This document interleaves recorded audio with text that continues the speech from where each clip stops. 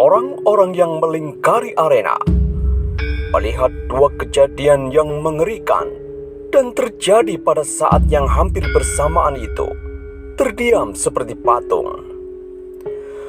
Bahkan tubuh mereka hanya dapat sebentar memandang Maisa Jenar dan sebentar memandang Ki Asem Gede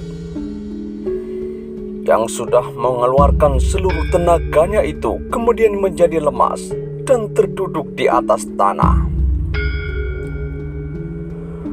Maisa Jenar tidak tahu apa yang sudah dilakukan oleh Ki Asem Gede. Maka ketika ia melihat keadaannya, ia menjadi cemas. Cepat-cepat ia melangkah menghampirinya. Dan pada saat yang demikian, para penonton menjadi tersadar tentang apa yang baru saja terjadi. Segeralah terjadi kegemparan. Beberapa orang berdesak-desakan ingin menyaksikan mayat-mayat di tengah arena itu. Tetapi sebagian ingin melihat apa yang terjadi dengan Ki Asem Gede. Kegemparan itu segera berubah menjadi cerita yang hampir bersamaan keluar dari beberapa mulut para penonton. Sebab pada saat Maisa Jenar sudah hampir sampai pada tempat Ki Asem Gede terduduk, ada tombak meluncur yang datangnya sangat cepat. Apalagi Maisa Jenar sama sekali tak mengetahui karena perhatiannya tertuju pada Ki Asem Gede. Mendengar cerita-cerita itu, Maisa Jenar terhenti dan segera perasaannya yang tajam menangkap bahwa ada sesuatu terjadi di belakangnya. Cepat-cepat ia membalikkan diri. Semuanya itu terjadi hanya dalam waktu yang singkat. Maka tak ada kemungkinan bagi Maisa Jenar untuk menghindarkan diri. Maka yang dapat dilakukan hanyalah dengan tangannya melindungi dada. Tetapi ketika tombak itu hampir menancap di tubuh Maisa Jenar, terjadi suatu benturan yang dahsyat diiringi dengan suara gemerincing senjata beradu. Sehingga timbullah bunga api yang memancar. Kembali para penonton terkejut bukan main. Selain Maisa Jenar dan Ki Asem Gede, tak seorang pun yang dapat melihat bahwa dari arah lain menyambar pula sebuah senjata sehingga membentur tombak yang hampir saja menembus tubuh Maisa Jenar. Apalagi ketika dua senjata yang beradu itu jatuh di tanah, maka darah orang-orang yang berkeliling arena itu berhenti dibuatnya. Ternyata tombak yang dilempar ke arah Maisa Jenar itu patah ujungnya, sedangkan di sampingnya menancap sebuah trisula. "Mantingan!" teriak salah seorang di antara mereka. "Ya, dalang mantingan!" saut yang lain. Sebentar kemudian arena itu telah dipenuhi oleh teriakan orang yang menyebut nama Mantingan. Memang, Mantingan telah terkenal di daerah itu sejak beberapa waktu yang lampau. Tetapi kemudian lama ia tak muncul, dan sekarang mereka melihat lagi sebuah trisula yang bertangkai kayu berian, dan pada pangkalnya berukiran kuncup bunga Kamboja. Hampir semua orang mengenal benda itu. Di mana benda itu berada, di sana Mantingan pasti ada, dan begitu juga sebaliknya. Tetapi meskipun mereka sudah mengetahui hal itu, ketika mereka mengikuti arah pandangan mata Maisa Jenar, darah mereka tersirat juga melihat seseorang yang duduk dengan tenangnya di atas seekor kuda yang bernama Abu-Abu. Sungguh mengagumkan. Tetapi kekaguman mereka segera berubah menjadi keheran-heranan ketika mereka melihat Ki Dalang Mantingan yang mempunyai nama sedemikian agungnya itu menunduk hormat kepada Mahesa Jenar. Malaikat manakah orang ini sehingga orang seperti Mantingan masih juga menunduk hormat? Pikir dalam hati mereka. Tetapi mereka tidak sempat berpikir banyak, sebab mereka segera melihat Mantingan meloncat turun dan memburu ke arah dari mana tombak pendek itu dilemparkan. "Kau Samparan," desis Mantingan. Dan tampaklah di antara penonton Samparan yang pucat dan gemetar. Ia kenal betul kepada Mantingan. Kalau pada saat yang lalu ia masih berani membusungkan dada, itu karena membanggakan kekuatan mereka berlima. Tetapi kini 4 kawannya telah mengalami nasib yang mengerikan, sehingga hatinya pun berubah menjadi kerdil. "Masih inginkah kau mengadakan sayembara tanding?" tanya Mantingan melanjutkan. "Ampun Ki Dalang, aku hanya sekedar menuruti permintaan Watu Gunung," jawab Samparan gemetar. Mantingan tersenyum mendengarkan jawaban ini. Dan ia heran pula melihat kelakuan Samparan yang begitu pengecut. Sementara itu Mahesa Jenar dan Ki Asem Gede yang sudah agak pulih kekuatannya telah pula berdiri di samping Mantingan. Melihat tokoh-tokoh itu, hati Samparan semakin kecil dan wajahnya semakin pucat. Untunglah bahwa ia berhadapan dengan orang-orang yang berhati lapang, selapang lautan yang sanggup menampung aliran sungai. "Aku ampuni kau kalau anakku pada saat ini masih seperti pada saat kau ambil dari suaminya," kata Ki Asem Gede kemudian. "Demi Tuhan, putrimu disentuh pun tidak," jawab Samparan cepat-cepat. "Antarkan aku padanya," perintah Ki Asem Gede. Segera Samparan mempersilahkan Ki Asem Gede, Mahesa Jenar, dan Mantingan untuk mengikutinya. Lewat gandok sebelah barat, mereka masuk ke belakang, menyusup masuk ke dapur. Dan di sana mereka masuk ke kamar mandi yang kosong tak berair. Ternyata dasar kolam kamar mandi itu adalah sebuah pintu rahasia untuk memasuki ruangan bawah tanah. Ki Asem Gede dan kawan-kawannya menjadi ragu-ragu. Apakah tempat itu bukan suatu alat perangkap saja? "Kau mau main gila, Samparan?" tanya Ki Asem Gede dengan suara geram.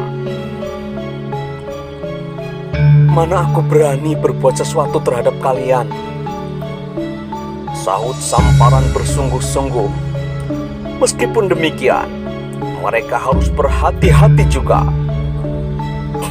Ki Asem Gede kemudian berjalan dahulu, baru Samparan di belakangnya, kemudian Mahesa Jenar dan Mantingan dengan trisulanya di belakangnya, sambil mengawasi kalau Samparan akan mengkhianati mereka. Ruang di bawah tanah itu terdiri dari 2 bagian. Bagian pertama adalah sebuah ruangan yang terbuka dan kosong, diterangi beberapa obor yang ditancapkan pada dinding ruangan. Di bagian atas ruangan tampak beberapa lubang udara yang dengan jalur-jalur bumbung dari tanah liat dihubungkan dengan udara terbuka. Sedangkan bagian kedua adalah sebuah ruang yang dipisahkan oleh sebuah dinding papan dengan ruang yang pertama.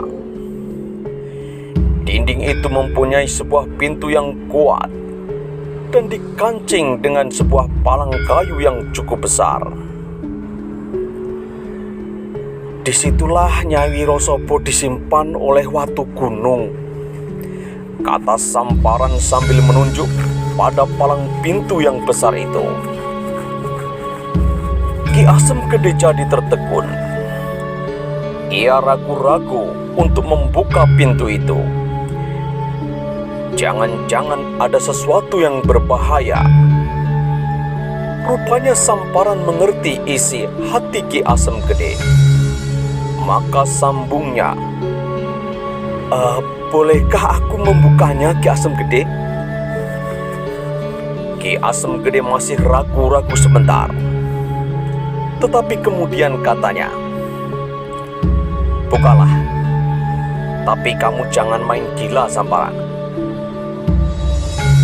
Samparan maju perlahan-lahan mendekati pintu itu. Matanya memandang dengan tajam, seakan-akan ingin melihat langsung ke dalam ruangan yang tertutup itu. Baru setelah ia merenung sejenak, tangannya bergerak membukanya. Baru saja pintu itu terbuka, serentak mereka terkejut melihat seseorang yang meloncat keluar dan langsung menyerang Samparan dengan sebuah patrem. Untunglah bahwa Samparan sempat menghindar. Tetapi serangan itu tidak hanya berhenti di situ, bahkan bertambah sengit. Hanya sayang bahwa penyerangnya tidak mempunyai pengetahuan tata berkelahi yang cukup, sehingga dengan mudahnya Samparan mengelakkan diri. Ketika orang itu melihat beberapa orang lain yang berada di tempat itu, apalagi setelah melihat Ki Asem Gede, ia jadi tertegun dan sebentar kemudian berubah menjadi keheran-heranan. Tetapi sesaat kemudian ia berlari, menjauhkan diri dan memeluk kaki Ki Asem Gede. Ia adalah Nyai Wiro Sopo, putri Ki Asem Gede.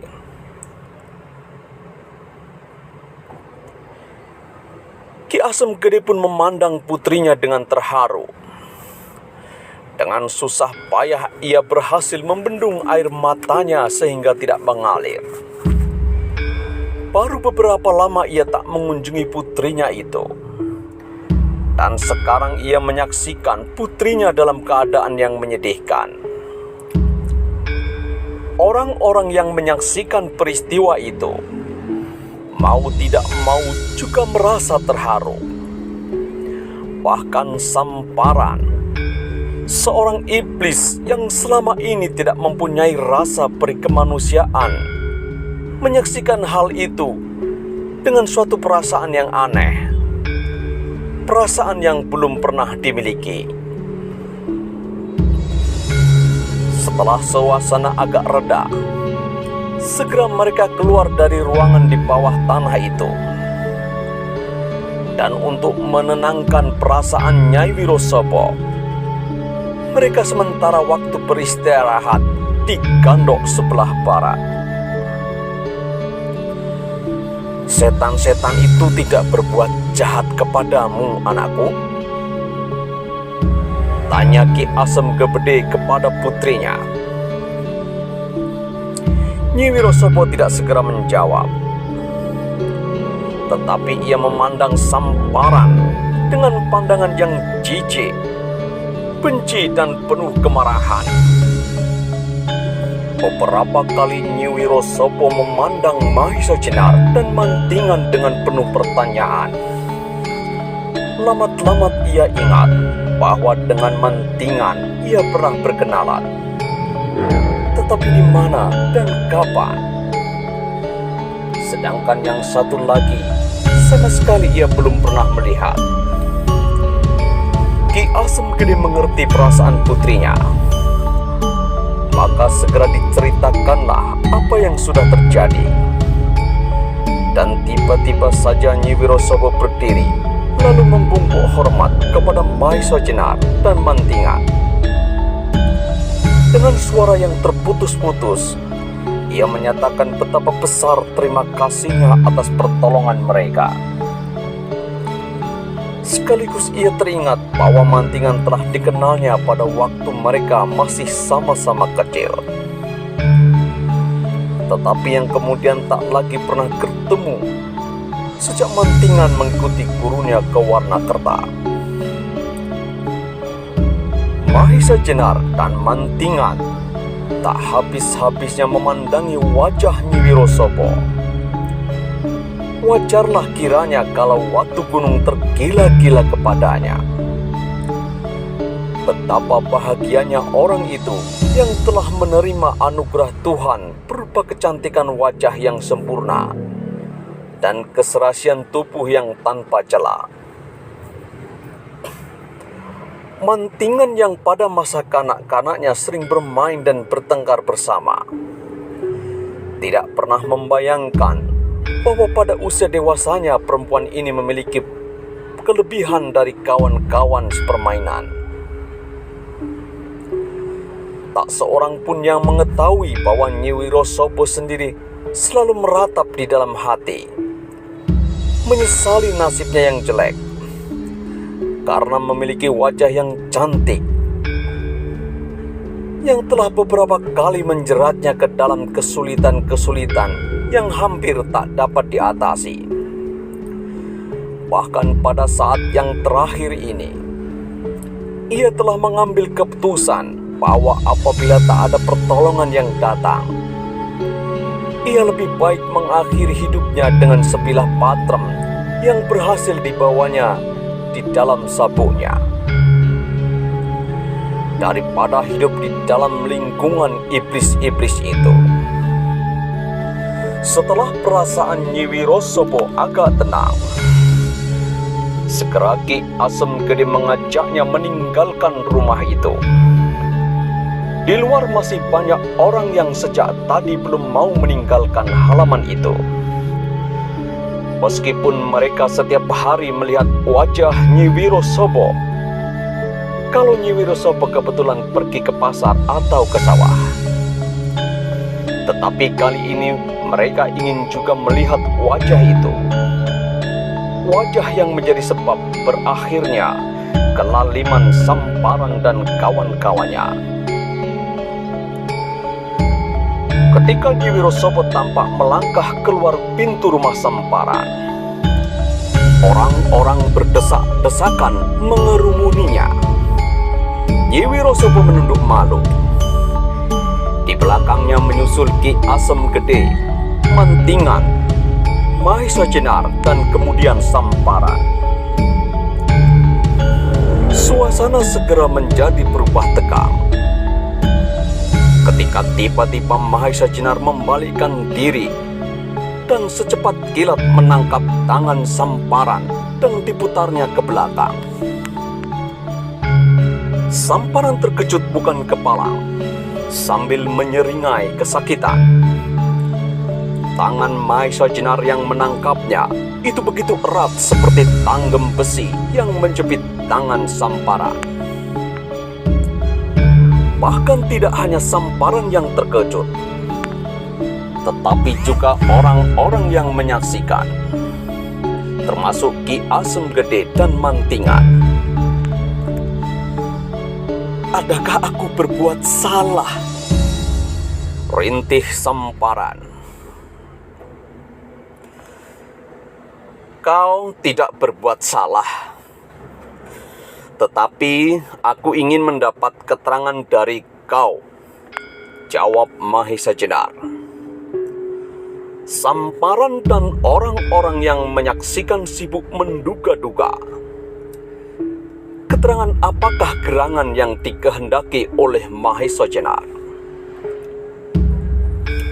Samparan, Kau dan Watu Gunung adalah termasuk dalam satu gerombolan yang mempunyai persamaan kesenangan, yaitu berbuat kejahatan. Dan dalam dunia kejahatan, sahabat jauh lebih berharga daripada saudara, bahkan orang tua. Rahasia-rahasia yang tak pernah didengar oleh keluarga sendiri kadang-kadang didengar oleh sahabat-sahabatnya. Nah, katakanlah, aku yakin kau mengetahuinya. Apakah hubungan Watu Gunung dengan Lowo Ijo? Lanjut Mahesa Jenar. Mendengar pertanyaan ini, Samparan terkejut seperti disambar petir. Tidak kalah terkejutnya Ki Asem Gede, Mantingan, dan mereka yang ikut mendengarnya. Nama Lowo Ijo adalah nama yang tabu untuk diucapkan. Sebab dengan menyebut namanya saja sudah cukup alasan bagi Lowo Ijo untuk membunuh. Meskipun pada saat-saat terakhir Lowo Ijo tidak pernah lagi muncul, tetapi apabila nama itu disebutkan, orang yang mendengarnya telah cukup menggigil ketakutan. Samparan tidak segera menjawab pertanyaan itu. Ia berdiri pada suatu titik yang sangat berbahaya sekali. Ia semakin takut kepada Mahesa Jenar, yang sama sekali tak diduganya akan mengajukan pertanyaan semacam itu. Dari manakah gerangan ia mencium kabar tentang Watu Gunung dan hubungannya dengan Lowo Ijo? Teranglah bahwa ia bukan orang yang sejajarnya, bahkan tidak sejajar dengan Mantingan. Kalau tidak, ia tidak akan seenaknya saja menyebut nama Lowo Ijo. Ki Asem Gede dan Mantingan pun tergetar juga hatinya. Mereka berdua pun maklum akan kehebatan Lowo Ijo. Jawablah, desak Mahesa Jenar. Sementara itu, pegangannya pun semakin dikuatkan. Samparan mendesis menahan sakit. Aku tidak tahu, jawab Samparan mencoba berbohong. Tetapi belum lagi ia selesai mengucapkan jawabannya, tangannya yang terpuntir itu semakin sakit dan terangkat ke atas. Kau tidak mau menjawab, geram Mahesa Jenar. Keringat dingin memenuhi tubuh Samparan. Ia merasa serba salah, dan seakan-akan ia telah dihadapkan pada suatu keharusan memilih, mati di tangan Lowo Ijo atau mati di tangan Mahesa Jenar. Aku tak mengetahui seluruhnya. Aku hanya pernah mendengar nama itu disebut-sebut oleh Watu Gunung, jawab Samparan. Apa katanya? Desak Mahesa Jenar pulas. Kembali Samparan ragu-ragu. Kau takut kepada Lowo Ijo? Bentak Mahesa Jenar yang sudah mulai jengkel. Bagus, kau takut dibunuhnya. Tetapi bagaimana kalau aku yang akan membunuh kamu? Lanjut Mahesa Jenar. Tubuh Samparan mulai menggigil. Ia sudah melihat kedua kawannya dipecahkan kepalanya oleh orang itu. Kalau ia tidak menurut perintahnya, jangan-jangan kepalanya akan dipecahkan pula. Akhirnya ia mengambil keputusan untuk berkata, dengan harapan Lowo Ijo sudah tidak akan muncul kembali. Yang aku ketahui, Watu Gunung adalah tidak saja anggota gerombolan itu, tetapi ia adalah saudara muda seperguruan Lowo Ijo. Mendengar jawaban Samparan ini, orang-orang jadi gemetar dan ketakutan. Saudara muda Lowo Ijo binasa di desa mereka. Katakan yang lain. Aku jadi tanggungan kalau Lowo Ijo itu marah, sahut Mahesa Jenar. Samparan merasa bahwa ia tidak dapat berbuat lain daripada menuruti perintah itu. Watu Gunung pasti pernah berkata, "Di mana Lowo Ijo sekarang?" Samparan dengan sangat terpaksa akan menjawab pertanyaan itu. Tetapi sebelum mulutnya bergerak, tiba-tiba merasa Mahesa Jenar mendorongnya sehingga ia terpelanting jatuh. Dan sementara itu sebuah pisau belati melayang tepat lewat di tempatnya berdiri tadi, langsung mengenai dinding dan tembus masuk ke dalam rumah. Dalam pada itu, berkelebatlah sesosok tubuh di antara penonton, meloncat melarikan diri meninggalkan halaman. Mantingan tidak mau melepaskan orang itu begitu saja. Secepat kilat ia memburunya, yang kemudian disusul oleh Mahesa Jenar. Tetapi Mantingan belum berpengalaman menghadapi orang-orang gerombolan Lowo Ijo. Maka ia tidak menyangka bahwa orang yang dikejarnya itu tiba-tiba berhenti membalikkan diri, dan sebuah sinar putih menyambar dadanya. Mantingan terkejut bukan main.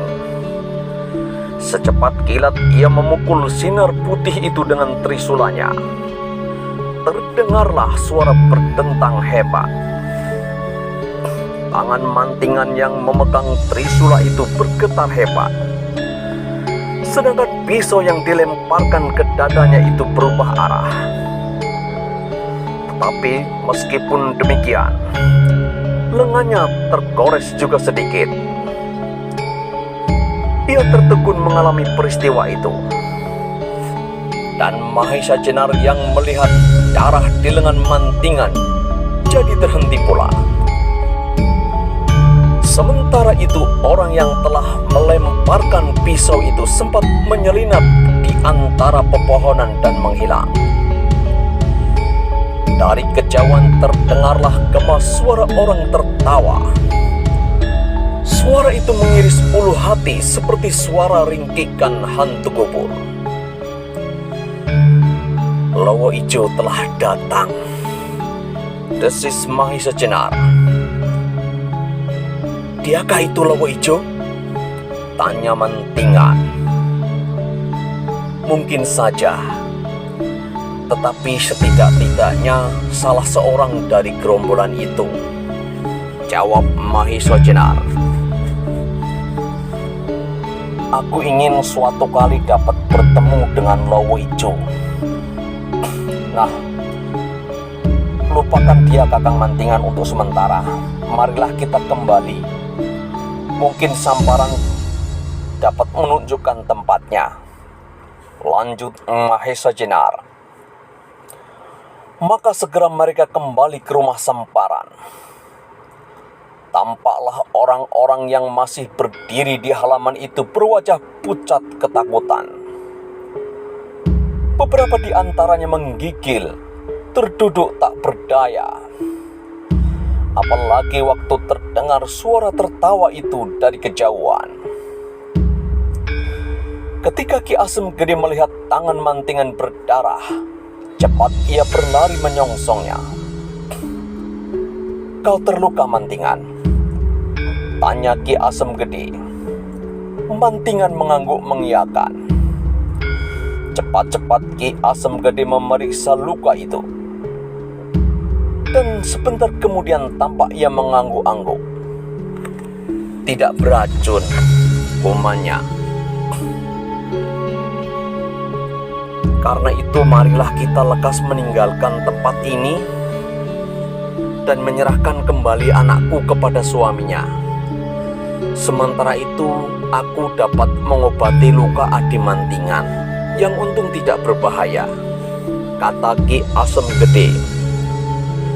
Sementara itu Ki Asem Gede melihat Samparan seperti orang yang tidak sadar terduduk di tanah. Tingkah Samparan tampak menggelikan. Sifat-sifat garangnya sama sekali tidak berbekas. Apalagi setelah ia hampir saja disambar pisau. Yang ia tahu pasti bahwa itu pisau gerombolan Lowo Ijo. Samparan, kau kenapa? Tegur Mahesa Jenar. Samparan memandang Mahesa Jenar dengan mata yang layu dan mengandung suatu permohonan untuk mendapat perlindungan. Dan Mahesa Jenar menangkap maksud itu. Samparan, kau jangan berbuat demikian. Tidakkah kau malu pada dirimu sendiri? Bagaimanapun kau adalah laki-laki yang mengenal cara untuk membela diri. Meskipun demikian, kalau kau memang merasa tak mampu berdiri sendiri, kau dapat mengikuti Kakang Mantingan nanti ke Prambanan. Aku masih memerlukan engkau. Tetapi pada saat ini, kau barangkali tidak lagi dapat mengucapkan sepatah kata pun. Kakang Mantingan nanti kalau kembali ke Prambanan akan mampir kemari untuk menjemputmu, Samparan. Dan percayalah bahwa pada waktu ini Lowo Ijo tidak akan berani menginjak rumah ini. Sebaliknya, kau pun jangan meninggalkan rumah ini. Sebab akan ada dua kemungkinan. Pertama, kamu akan ditangkap oleh Lowo Ijo. Dan yang kedua, aku akan memburumu, kata Mahesa Jenar.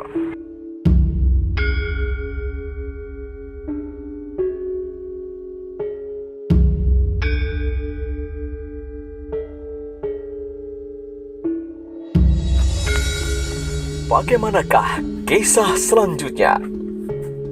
Temukan jawabannya di episode selanjutnya. Jangan lupa untuk like, komen, dan subscribe. Sampai jumpa di episode selanjutnya.